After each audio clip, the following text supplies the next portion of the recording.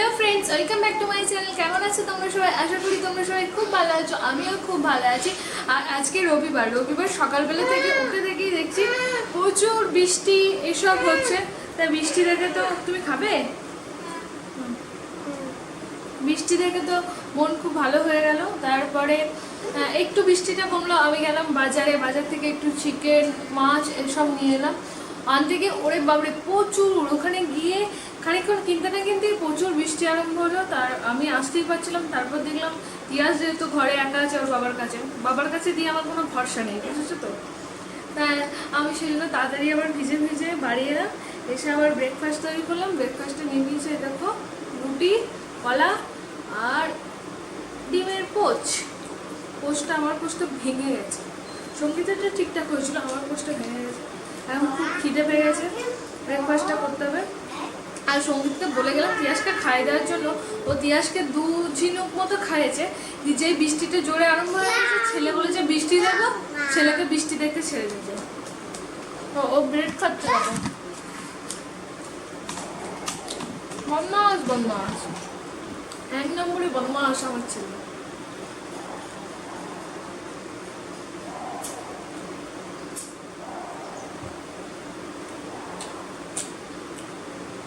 এরকম বৃষ্টি ওয়েদারে খিচুড়ি খেতে ইচ্ছা করছে, তো নিয়ে দিলাম চিকেন।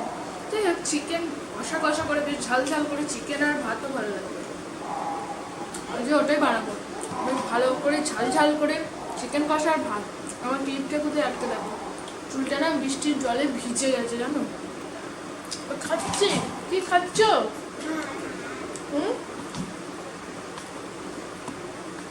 এর জন্য শেষ হবে না, বলবো না, ঠিক আছে বলবো। ভাতটা করে নিলাম আর তার সাথে তিয়াসের জন্য পাতলা চিকেনের ঝোল এটা করলাম। আর আমাদের চিকেন যা হবে মশলা কেমন চেঁচাচ্ছে দেখেছো। আর তার সাথে মৌরলা মাছ ভাজা হবে, একটু সামান্য পরিমাণ আজকে এনেছি, তা ওটা একটু ফ্রাই করবো। তা মৌরলা মাছটাকে নুন হলুদ মাখিয়ে রেখে এসছে, শুধু আমাদের চিকেনটা হবে। দিয়ে ঠিক করলাম চুলে একটু অ্যালোভেরা জেল লাগিয়ে নিই, কারণ চুলটা একই বৃষ্টির জলে ভিজে গেছে, আমাকে আজকে একই মাথায় শ্যাম্পু করতেই হবে। তা একটু অ্যালোভেরা জেল লাগিয়ে নিই, তারপরে শ্যাম্পু করবো। আর সঙ্গীত ওই দেখো নিজের মতো বিজি না, সঙ্গীতের কি এসছে দেখবে, সঙ্গীতের একটা নতুন জিনিস এসছে আজকে আমাদের বাড়িতে, একটা নতুন অতিথি এসছে, মানে নতুন। ও আমাদের এখন থেকে ও আমাদের নতুন ফ্যামিলি মেম্বারের মধ্যে একজন। দেখাও দাঁড়া, এখন এক্সাইটেড, প্রচুর এক্সাইটেড, সেটাকে নিয়ে খুলে এখন দেখেই যাচ্ছে। মানে আমার আর কোনো কিছুতে মনই লাগছে না, মানে মন আনন্দে মনটা ফুরফুর করছে। সে ঠিক আছে, এটা আমার পুরনো Redmi Note 4, এইটা আমার নতুন Redmi Note 8 Pro, just double. এইটা র্যাম হচ্ছে 6GB RAM, 128GB internal memory, 512GB পর্যন্ত এক্সপেন্ডেবল। কত দিলে বলে দাও? এটা আমার পড়েছে টোটাল 17,000 টাকা।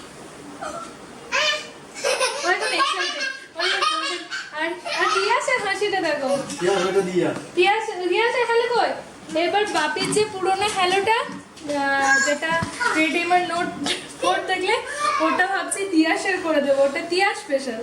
ও তিয়াস ওটাতেই কার্টুন দেখবে, কারণ আমাদের ফোনগুলো ও কার্টুন দেখে না টর্চার করে দেয়। এটা ফোন, এই দেখো তিয়াসের ফোন। এবার হ্যালো করে দেবো ফোনটা। হ্যালো, আমি হ্যালো করবো। হ্যালো তিয়াস, বদমাশি। ঘরে নতুন কিছু এলে আমারও আনন্দ, তিয়াসের আনন্দ প্রচুর পরিমাণে বেড়ে যায়। জাস্ট ফর দ্য ইনফরমেশন, আমি এতদিন জানতাম যে Redmi হচ্ছে Chinese company. For the information, Redmi made in India. এটা Redmi সেট এখন ইন্ডিয়াতেই তৈরি হয়, মেড ইন ইন্ডিয়া। দেখিয়ে দাও পিছনটা, এবার লেখাটা খুব ছোট্ট আছে, আমরা দেখতে হবে নাকি জানি না। Made in India.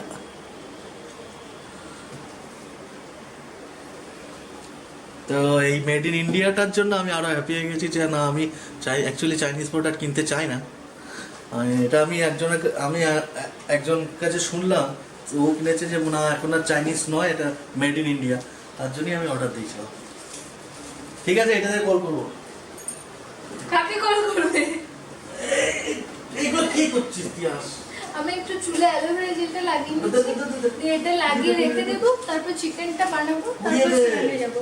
আর আজকে ব্রেকফাস্ট করে নিয়েছি, আমি পুজো করবো না, সঙ্গীত পুজো করবো। ওই জন্য বলে না ছেলেদের কিছু দোষ থাকে না, তারপর তো আবার ব্রাহ্মণ, সেই জন্য ওই পুজো করবে। ও ব্রেকফাস্ট করে পুজো করলেও কিছু প্রবলেম নেই, কিন্তু আমি ব্রেকফাস্ট করে পুজো করবো না। আর তাতে আবার আজকে ডিম খেয়েছি, আঁশ খেতে একদমই না, আঁশ না খেলে ঠিক ছিল ব্যাপারটা। দেখেছো ক্যামেরাটা স্ট্যান্ডটা ধরে নড়াচ্ছে, বাবা নো। সমস্ত কিছু রেডি করে রাখাই আছে, চিকেন হতে বেশিক্ষণ টাইম লাগবে না। আর এই দেখো আমি এই অ্যালোভেরা জেলটা ইউজ করি, আগেও তোমাদেরকে বলেছি পতঞ্জলির অ্যালোভেরা জেল, এটা আমি হেয়ারে ইউজ করি। আর স্কিনে যেদিন আমি ইউজ করি সেদিন হচ্ছে পতঞ্জলির এটা, এই অ্যালোভেরা জেলটা আমি স্কিনে আর এটা হেয়ারে। বহুত দিন ধরে ইউজ করছি আমি এটা, অ্যালোভেরা জেলটা প্রায় 5-6 বছর ধরে ইউজ করছি। কেন চলে এসছে রান্নাঘরের, চুলটা দেখো কেমন লাগছে না, মনে হচ্ছে আলু হতে পারে মুখটা একটা টেনে নিয়ে গিয়ে বেঁধে একটা ক্লিপ আটকে নিয়েছে, কারণ জেলটা যেন ভেতরে ভেতরে আরো ঢোকে। এখন জেল ঠিকঠাক মাথায় থাকুক। আর আমার রান্না করতে চিকেনটা বেশিক্ষণ লাগবে না, 15 মিনিটের মধ্যে হয়ে যাবে, আর এটাও 15 মিনিট চলে হয়ে যাবে, 15 থেকে 30 মিনিট। দেখো মোরলা মাছটা নুন হলুদ মাখিয়ে রেখে দিয়েছি। আর চিকেনের জন্য এখন তো জানো তোমরা যে আমি এই চপারটায় এখন সব পেঁয়াজ, রসুন, আদা, টমেটো, কাঁচা লঙ্কা চপিং করে রেখে দিই, ঠিক একবারে ছোট্ট ছোট্ট হয়ে যায়, তার ফলে তেলও কম লাগে আর আমার চিকেনটা কম তেলে রান্না হয়ে যায়। সেই জন্য এই চপারটাই আমি এখন ইউজ করছি। চলো রান্নাটা স্টার্ট করে দিই। আর এইদিকে দেখো ভাত হয়ে গেছে, আর এই যে প্রেশার কুকারটা দেখছো, প্রেশার কুকারে তিয়াসের পাতলা চিকেনের ঝোলটা বানানো রেডি। আমি ওর চিকেনের ঝোল প্রেশার কুকারই বানাই। কড়াইটাও গরম করতে চাপিয়ে দিয়েছি, একবারে চিকেনে যতটা তেল লাগবে সেই রকম পরিমাণেই তেলটা দিয়ে দিলাম। খাও খাও, আমার কাছে চকলেট নিয়ে এসছে, দিও যে মা খাচ্ছি, খাও খাও চকলেট। খাবে না? আমি খেয়ে নেবো। তোমার প্রসাদ, ছেলের প্রসাদ, মা খাচ্ছে। মাও অবশ্য চকলেট খেতে ভালোবাসে। এই যে সঙ্গীত আমার জন্মদিনই বলো বা অ্যানিভার্সারি, মানে আমাকে চকলেট গিফটটা করে, একটা বড় চকলেটের বাক্স দিয়েছিল, তার মধ্যে এরকম অনেকগুলো চকলেট ছিল। তিয়াস এখন তো মা বেশি খায় না, মানে ছেলেই বেশি খায়, আর ছেলের পোশাক যেটা পরে থাকে মা খায়। ছেলে হয়ে গেলে তাই হয় ব্যাপারটা।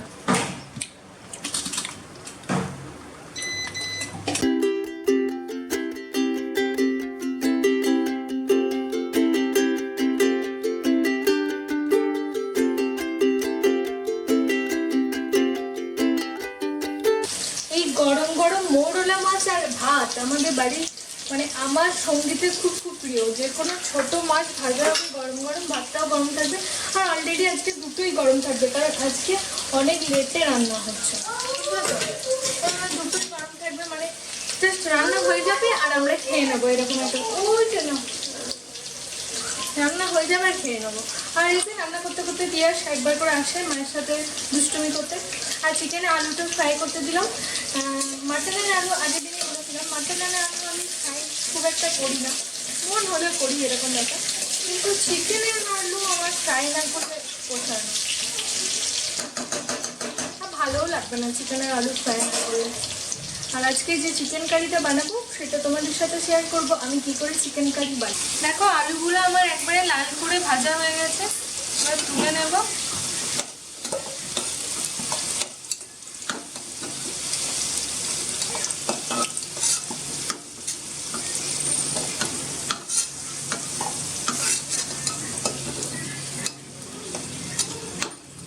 এবার তেলটার মধ্যে দিয়ে দেবো পেঁয়াজ, আদা, রসুন যেটা চপ করে রেখেছিলাম, তার সাথে টমেটো, কাঁচা লঙ্কা, সেটা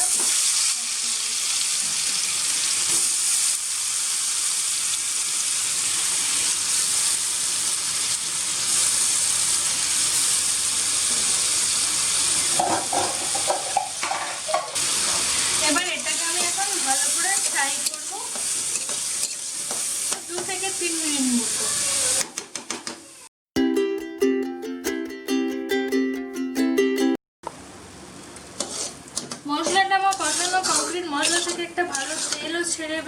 এসছে। মানে আমি হয়তো তেলটা দেখতে পাচ্ছি, তোমরা ক্যামেরায় দেখতে পাবে না, কারণ আমি খুবই কম পরিমাণ তেল ইউজ করেছি। এবার চিকেনগুলো অ্যাড করে দিচ্ছি।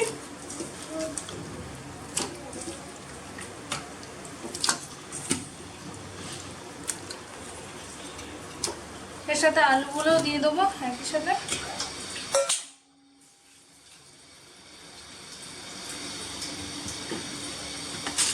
আর সাথে একবারে দিয়ে দেবো পরিমাণ মতো লবণ।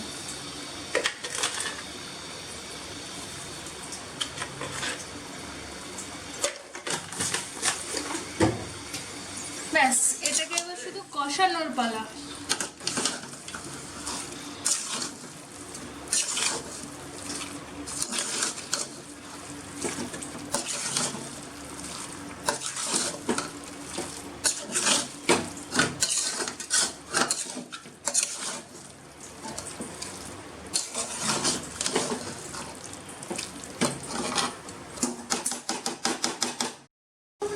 দেখো চিকেনটা আমার কষানো একটু কমপ্লিট হয়েছে, মানে এটা আমি এখন 7-8 মিনিট মতো কষিয়েছি, তাই এরকম একটা এসছে।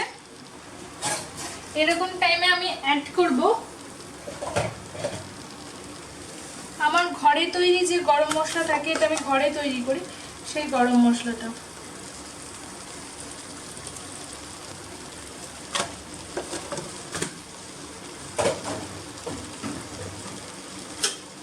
আর অ্যাড করছি সামান্য চিনি। চিনিটা আমি পেঁয়াজ ভাজার সময় দিতে ভুলে গেছিলাম, ওই জন্য এখন অ্যাড করে দিচ্ছি।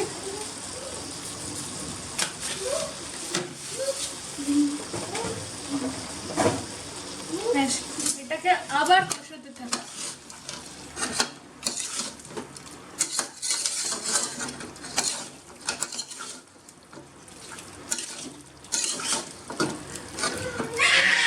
দেখো চিকেনটা খুব ভালোভাবে কষানো হয়ে গেছে।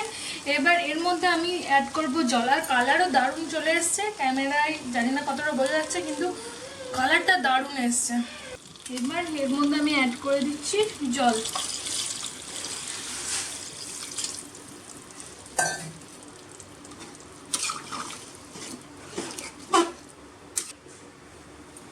আর অ্যাড করব এটা বড় এলাচ, একটা বড় এলাচ এরকম করে ফাটিয়ে নিয়েছি, চিড়ে নিয়েছি, এটা এর মধ্যে অ্যাড করে দিলাম। ব্যাস। আর কারো কাছে যদি ছোট এলাচ থাকে সেও দিতে পারো। যে কোনো এলাচ দিলে একটু গন্ধটা বেশ ভালো আসে, মানে চিকেনটা রান্না হয়ে যাওয়ার পর যখন জল অ্যাড করা হবে তখন যদি একটু এলাচ অ্যাড করা হয় গন্ধটা খুব ভালো হয়।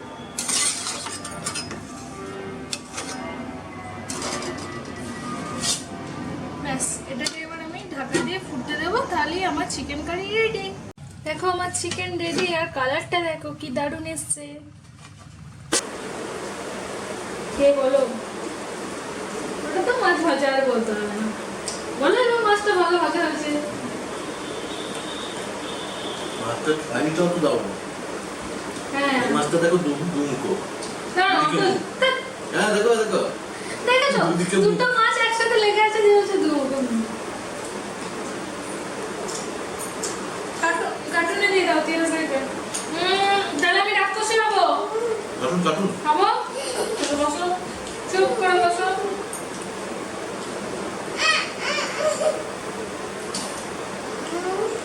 চারু চোখে আর্য আমার পুত্র জীবনের রং। আচার পরিবার আর্য চিকেনটা কে বলো? সাথে আপনাদের করো, সাউন্ডটা আসবে না। এটা কুকুর বলতে না বলো, চিকেন না কুকুর করে দেবো না। তোমাকে আমি চিকেনটা টেস্ট করতে বলছি, তাহলে নিশ্চয়ই কুকুর করে স্পিড করে দেবো না, তাই না?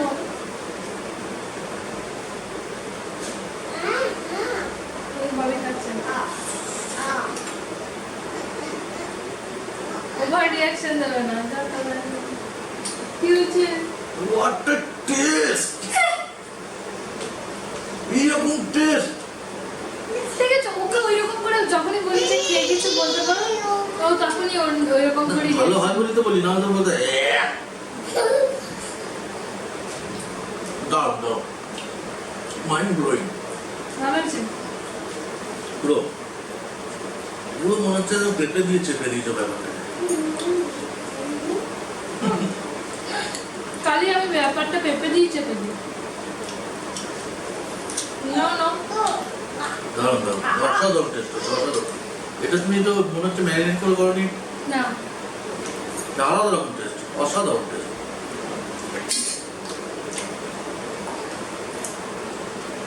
দেখতেই পেয়েছিলে সেই রান্না খাওয়া দিয়ে শেষ করেছিলাম। তারপর ভিডিও যে অন করব সেই ইচ্ছাটা সত্যি মন থেকে আমার একদম ছিল না।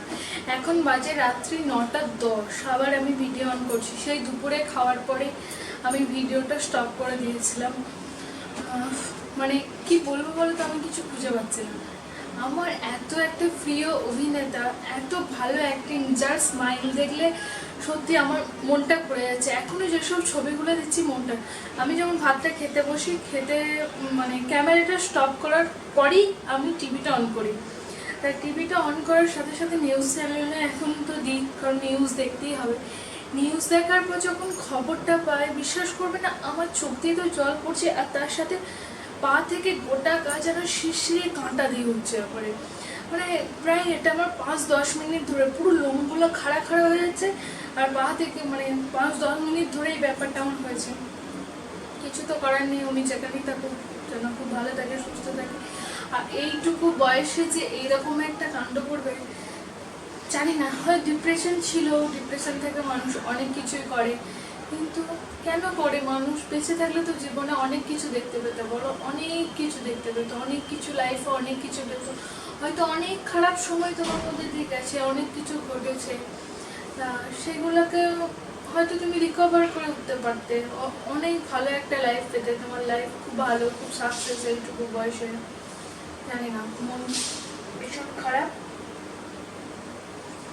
যাই হোক, কিছু তো করার নেই, আমাদেরকে আমাদের মতো এগোতে হবে।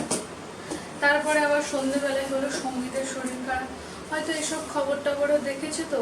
তারপরে একটু মানে খাওয়া দাওয়াটাও, চিকেন খেয়েছে এই 2 দিন আগে, একটু খাওয়া দাওয়াটাও রিচ খাওয়া হয়েছে, রাত জাগা হচ্ছে, এরকম কারণে ওরা একটু গ্যাস অ্যাসিডিটি প্রবলেম, সাথে বুকে ব্যথা আরম্ভ হলো। সেই বুকে ব্যথা প্রায় আধ ঘন্টা ধরে, ওটা নিয়ে বিশাল চিন্তিত ছিলাম। গ্যাসের ওষুধ খেলো, তারপরে কমলো, হাঁটা চলাফেরা করলো। চলাফেরা তো হয় না, ওর তো ধরো বসে বসে কাজ, অল টাইম কম্পিউটারের সামনে বসে থেকে কাজ, চলাফেরা তো হয় না।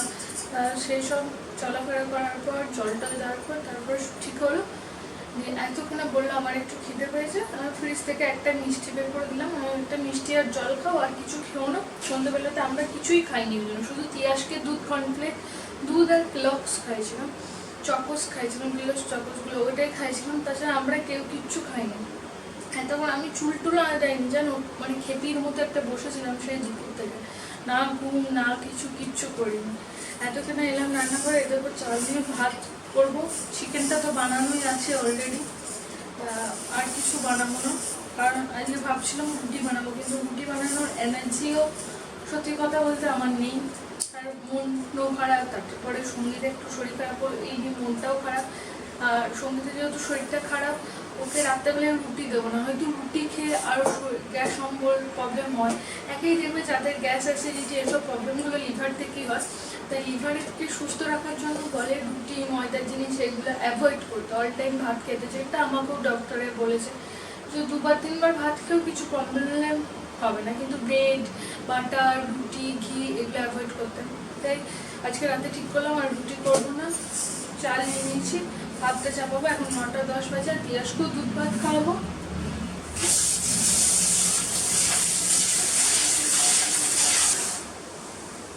আর একের পর এক আমাদের সাথে খারাপ ঘটনা ঘটছে, বলো। একেই তো করোনা, কিছুদিন আগে আমরা 3 জন অভিনেতাকে হারিয়েছি, তারপর আবার একজনকে হারালাম। মানে কি যে পরিস্থিতি হচ্ছে জানি না, মানে ভগবান যে আমাদের সাথে কি করবে আর কি কি ঘটাতে চলেছে জানি না। এত চারিদিকে এত বাজে খবর আসছে না, ভালো খবর খুব কম আসে তো এখন লাইফে। মানে এই করোনা হওয়ার পর থেকে শুধু চারিদিকে বাজে খবরই শুনতে পাই, কোনো রকম ভালো খবর কি বুঝতে পারি না। কি বলবো, আমি কথা বলতে গিয়েও নিজেও হাঁপিয়ে যাচ্ছে, ওই জন্য কারোর সাথে কোনো রকম কথা বলিনি, চুপচাপ বসেছিলাম, ফোন দেখছিলাম একটু, এটাই যা, আর কিছু করিনি।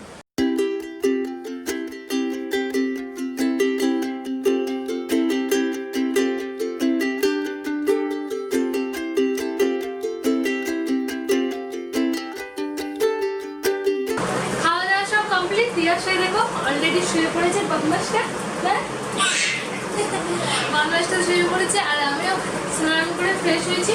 এই 2 দিন পর আজকে আমি রাত্রে স্নান করলাম, কারণ অতিরিক্ত গরম, স্নান না করে আজকে আর পারছি না। এত বৃষ্টি হচ্ছে তবু গরম লাগছে না, সন্ধ্যে থেকে আবার বেশ ভালো পরিমাণ গরম লাগছে। আর সঙ্গীত গেছে টয়লেটে, ও আসবে, এসে লাইট নেভাবে। আমি তো ওকে ফ্রেশ করলাম, জামা ছাড়ালাম, তারপর ওকে শোয়ালাম। এবার আমি শুয়ে পড়বো।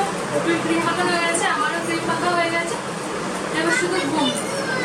আজকে তো একটা খুবই বাজে খবর দিয়ে দিনটা গেল, মানে দুপুরবেলা থেকে খবরটা শুধু মন ভারতক্রান্ত যাকে বলে সে হয়েছিল মনটা। কিছু তো আর করার নেই, আত্মার শান্তি কামনা করি, এটাই তাছাড়া তো আর কিছু আমাদের করার নেই। যেখানেই থাকে যেন ও যে ভেবে গেছে ও হয়তো এই লাইফটা ওর ভালো না, ও এবার যেখানে যাবে সেই লাইফটা হয়তো যেন ভালো পায়, খুব খুব ভালো পায়, যাতে এরকম ঘটনা ঘটনাতে আর না হয়। ঠিক আছে, চলো আজকের মতো এই পর্যন্তই। আমার এই ছোট্ট ভিডিওটি যদি তোমাদের সবার ভালো লাগে থাকে অবশ্যই আমার চ্যানেলটি সাবস্ক্রাইব করবে আর লাইক কমেন্ট শেয়ার করবে। ঠিক আছে, বলে দাও tata bye bye good night বলে দাও, বুঝো বলে দাও, বলো বলো tata bye bye good night, বলো গুড নাইট। আর থামতি বলে সবাই ভালো থেকো।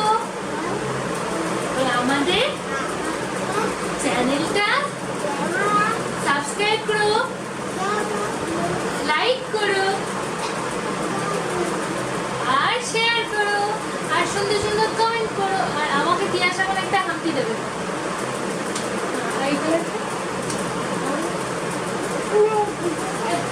ঠিক আছে, চলো tata bye bye good night. সবাই ভালো থেকো, সুস্থ থাকো এবং সবসময় হাসি খুশি থাকো।